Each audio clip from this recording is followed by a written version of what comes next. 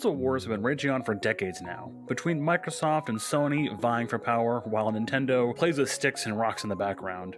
Other competitors have come and gone, and the scene has changed as the years passed. Meanwhile in California, Google decided they want to jump in too. Starting with a test run in 2018, they would soon launch Google Stadia the following year to lukewarm reception. Offering the ability to play games anywhere, anytime, regardless of the device you're playing on, was a huge promise, but the folks from Google managed to do just that. But what exactly is Google Stadia? Stadia is Google's entry into the cloud-based gaming service industry akin to PlayStation Now and Xbox Cloud Gaming. What Stadia offers is the ability to play your games across any device that can open a Chrome browser window, and it does exactly that.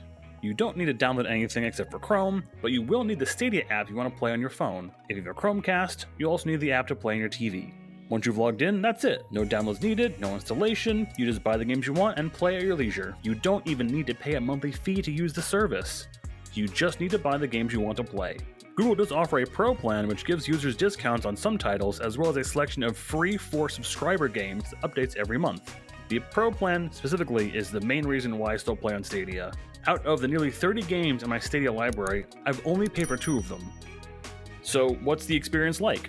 Well, before we get to that, I want to explain something to you. Wi-Fi internet sucks for a lot of people in the world. It's unreliable, it drops often, and there are dead areas, and speeds can be slow. Regardless of how you experience video games, if you're playing online, you'll have the best experience if you're hardwired in. No Wi-Fi, just grab your favorite Cat 5 cable and just plug it directly in, and there you go.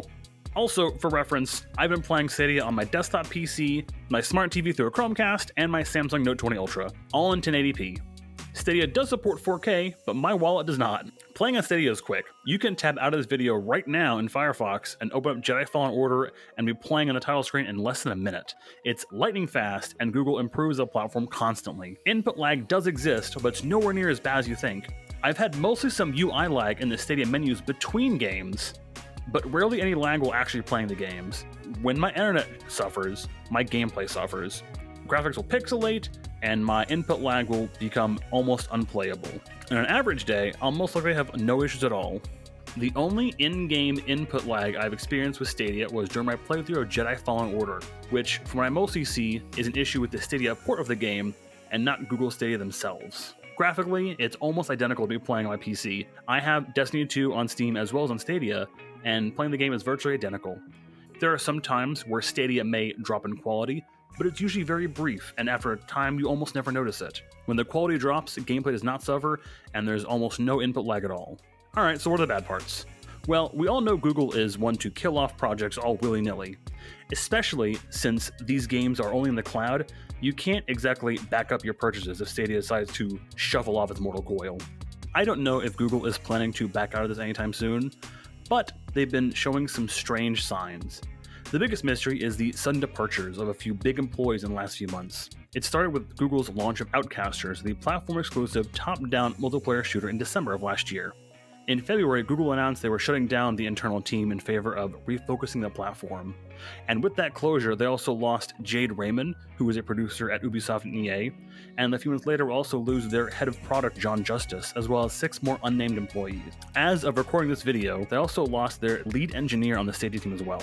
Playing games on the platform is fine, but the UI for the platform is a little tough. They only just added a search bar within the last few updates, which isn't in the app, but only the website version of Stadia. Friends list and messaging were also very late additions to the platform as well. It's also no secret that Stadia's library of games is pretty weak. They've been getting better, with bigger AAA titles coming in all the time. Larger indie releases don't normally hit on Stadia at launch day, and some big games, such as Terraria, took a long time to get there. They do have big plans for the upcoming year, and there's a lot of big titles coming to the platform, but I'm not really sure they're capturing an audience and converting people from console and PC. Stadia has been chugging along for the last few years, and I don't think it's going away anytime soon. I do still feel like it's in early days, and in a way it kind of still is. It feels unfinished, and there's a lot of room to grow. But Stadia has true potential, and the ability to not need a single install or update a single time to play what I want anytime is oddly handy, even though I don't really mind it as a PC player. I'd love to see Stadia continue to grow and flourish. I don't think it'll ever challenge the big boys as the next big thing, but I do think it's an example for the next big thing. And for the cheap price of the Pro plan, I don't mind enjoying it while it lasts. Hey, if you like this video, give it a thumbs up. And if you want to see more content like this, subscribe to our channel and hit the bell icon.